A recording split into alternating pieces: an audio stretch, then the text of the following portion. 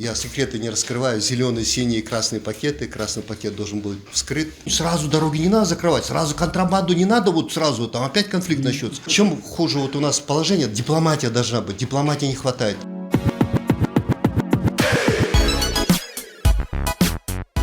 Что касается нас, конечно, с одной стороны, как будто никто не ожидал, но с другой стороны, эти проблемы идут, ну, скажем, с 93-го года. 93-го года, еще лет 5 или 6 назад, я помню, я выступал, говорил, давайте Баткену статус особый дадим. Давайте, потому что, особый статус, все средства, все туда направить, инфраструктуру хотя бы лилекски, вот это приграничную создать, элементарную инфраструктуру. Я где-то вот в статье тоже писал, вот принес. И мало того, что я писал там, я Сапару Исакову давал, говорю, прочитай, Сапар, прочитай вот это, пожалуйста. Там Баткен, просто мы знаем Баткен, вот события, вот эти баткенские 99-2000 год, мы знаем, как живут народ, все там, вот надо там создавать. Еле-еле создали вот батальон Буджуми там открыли. Вот, и то вы видели, когда события происходят, то какая мобилизация, как быстро разворачиваются таджики, да, наши соседи. И пока мы там собирали все это, контингенты, это объявляли все, что, куда, сама организация по вертикали у нас почти не сработала, к сожалению. Да, ребятам надо отдать должное, и пограничникам, и там спецназовцам, но, ребята, все это должно быть заранее все выявлено, заранее составлен план.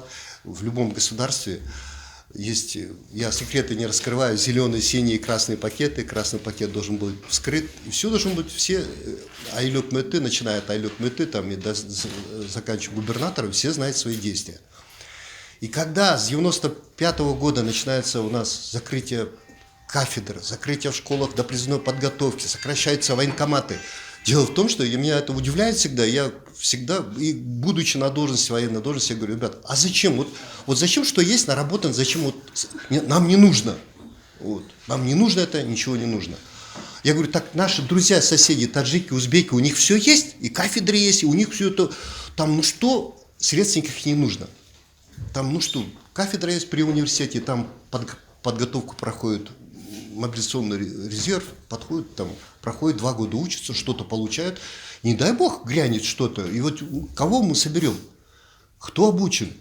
Это же все-таки не только там обучать на военные действия, но это какой-то патриотизм. Там где-то люди что-то там, автоматы берут, что-то про родину что-то говорят. Ребята, почему от этого все отказались? И теперь, конечно, теперь надо делать выводы, еще не поздно, делать выводы. Упущения есть, пускай там разбор делают. В учреждениях делают разбор, там надо набирать профессионалов. Я выступил с инициативой. У нас я только говорю не всех силовых структур, только Министерство обороны, там человек 20-25 закончили Академию Генерального штаба. Это хоть губернаторам, хоть премьер, это же ребята, которые готовы работать с знанием языков, которые организаторы. Нам сейчас не хватает организаторов. Дипломатия, организатор. Дипломатия, организатор, дипломатия. Вот эти две составляющие не хватает никак. А что делать? Оголенный район. Экономика, какая экономика? Контрабанда, наркотики, это все надо решать. Это надо, нет, это все. А теперь резко сразу закрыть дороги и так далее. Вот, по моему мнению, сразу дороги не надо закрывать, сразу контрабанду не надо, вот сразу там опять конфликт начнется. Тихонечко сначала разобраться. Вот сейчас представители дали баткенские полномочия, я спрашиваю, какие полномочия дали? Дайте мне. Вот Баткен полномочия, Алимбаева назначили, полномочия дали. Какие полномочия? Я еще, по-моему, вы тоже знаете, дайте полномочия жесткие, особый район, особый статус, значит, и полномочия, назначение акимов, значит, финансы. Все в руках одного и спрос с него. И не надо полномочных представителей 6, не надо комиссии, не надо каждый день туда летать, раздражать людей. Мне кажется, просто элементарные организаторские, значит, структуру сделать и спрашивать, и помогать работать каждый день утром доклад, что там сделано, где продвижение, где люди, где что работает. И все надеемся на делимитацию и маркацию. Я, может быть, преждевременно выводы сделаю, но пока, даже если подпишут, вы представляете, Ворох там, я СОХ не говорю, там, анклавы вот эти, что, решится, что ли? Да, таджики никогда не уйдут оттуда. Им нужен коридор. Вот первая задача — коридор, соединяющий, значит, Ворох с Таджикистаном. А их коридор, они сразу решают, несколько зайцев убивают, лелек отрезают. Это, по-моему, протокол подписали, а там много упущений есть, протокол недавно подписали, да? А там упущения есть, а предусмотрели ли там военную составляющую, а могут ли военные грузы, а может они Варуху там развернут, там, после этого протокола они имеют право развернуть там воинские части Варухи. Так что вот сейчас каждый шаг, особенно моя любимая пословица, вот Мурат профессор знает всю, чем хуже экономика, чем хуже повар, тем официантка должна быть привлекательнее. Я думаю, что чем хуже вот у нас положение, дипломатия должна быть, дипломатии не хватает. А результат, почему? С 92 года, вы посмотрите профессионально, где дипломаты? Всех вытеснили, вот, передо мной сидит, тот профессионал сидит, где они все? Почему? А потом вытеснили их всех, никто, и посмотрите, кто с послами, а там разговаривать надо, ребята, разговаривать надо. И 100 грамм выпить надо.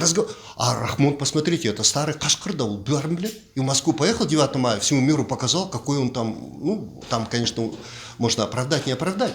Но мы где оказались и где они? Они себя чувствуют победителями. Посмотрите, средства массовой информации, информационное поле, как Таджикистан, они там муссируют это все дело. Победили, еще один шаг. Все подготовлено, до мелочей, вплоть до премьер-министра туда уехал, Ташиев туда уехал, все, секретарь Совбеза там. И в это время, значит, они там бомбят, причем применением, значит, тяжелой артиллерии. Ребята, это вызов. Теперь нам в любом случае что? Что бы ни говорили, какая граница долго это, не договорятся. Вот, по-моему, не знаю, это будет тяжело. Я не завидую тем ребятам, которые сейчас сидят, будут столбики там, делимитацию, демаркацию. Это не просто. Это с узбеки, это политическая воля, там Резоев проявил, и то там не решено все. Ну, здесь и политическая воля президентов, и как-то все мобилизовать, и там надо все структуры, начиная все области, социальные, и экономические, все, и военные тоже включающие. Я в военной области говорю, что, ну, в Лялеке заложили там что-то там, фундамент какой-то, но там надо разворачивать какие-то батальоны. Ну, в Буджуме есть у нас там, я не раскрываю никакой секрет там и так далее. Ну, как-то должно быть все это мобильно, при первой команде, как-то это все быстро должно быть мобилизоваться. И поэтому я там какие-то вот военным самым товарищам предлагаю, давайте вот призывной резерв, мобилизационный призывной резерв есть, мы там в Балычах ваших готовим. А почему в Батке не развернут лагеря, и там студенты платят, раньше стройотряды были, вперед туда, там нужно не только же дома вот этим пострадавшим построить, там нужно делать инфраструктуру, мощнейшую делать, особенно вдоль границы. Я не говорю там вдоль там 700-800 километров, ну, во всяком случае, Лялекский район и близлежащего около Варуха надо, ребята, разворачивать. Мы, о чем бы ни говорили, все равно речь пойдет о экономике, и все равно речь пойдет о деньгах. И я думаю, что эти вопросы должны быть концепция отдельная, стратегия, дорожная карта пошаговая должна быть. Я вот считаю, я это не все только вам вот сейчас здесь говорю, я предлагаю своим друзьям, знакомым, ребят, там, кто работает, ребята, Кылсанар, программа по дорожной карте. Придумай уезжают оттуда все, а люди остаются проблемы. Сейчас я ехал на такси сюда, баткенец, он приехал месяц назад там был, убежал, семью куда-то отправил. Люди сейчас любым методом, что плохо, оттуда уезжают. Опасно же. А граница не там, где столбы и колючая проволока. Граница там, где люди находятся, населенные пункты. Вот эта граница, можно их оборонять, можно защищать, можно за родины там, и на грудь, на амбразуру падать. А когда никого нету, граница еще не описана, ничего нету, то и международная организация никто. И Россия тоже, в принципе, промолчала. Потому что у вас, ребят, там граница обозначена? Нет. Спорные участки? Они говорят, да. Рахмон тем более говорит, это вообще он говорит, это наша территория вся там. То тогда и нам надо срочно, вот, конечно, мы надеемся на наше правительство, что, ну, подпишут делимитацию, демаркацию. Но я не думаю, что это быстро процесс пойдет. Ну, до того, вот этим летом надо сделать все, чтобы и дорожную карту, и разворачивать части, обучать там все, восстанавливать эти военкоматы, кафедры, все это. Ребята, мы же должны готовы быть. А население говорит, ребята, дайте нам оружие. Если вы не можете, дайте нам оружие. Скоро дойдет до этого. Поэтому здесь никаких, там, может, я эмоционально говорю, ну, спокойно. Есть время, надо, не ждать, поедет у нас в Россию, в Турцию поедет, что. От этого ничего не решится, только между двумя государствами и политическая воля президентов должно быть, решиться этот вопрос. И без границ мы там ничего не сможем решить. И граница очень тяжело решается. Вот вам и задача. В Израиле там газосектор решили, и все равно там война.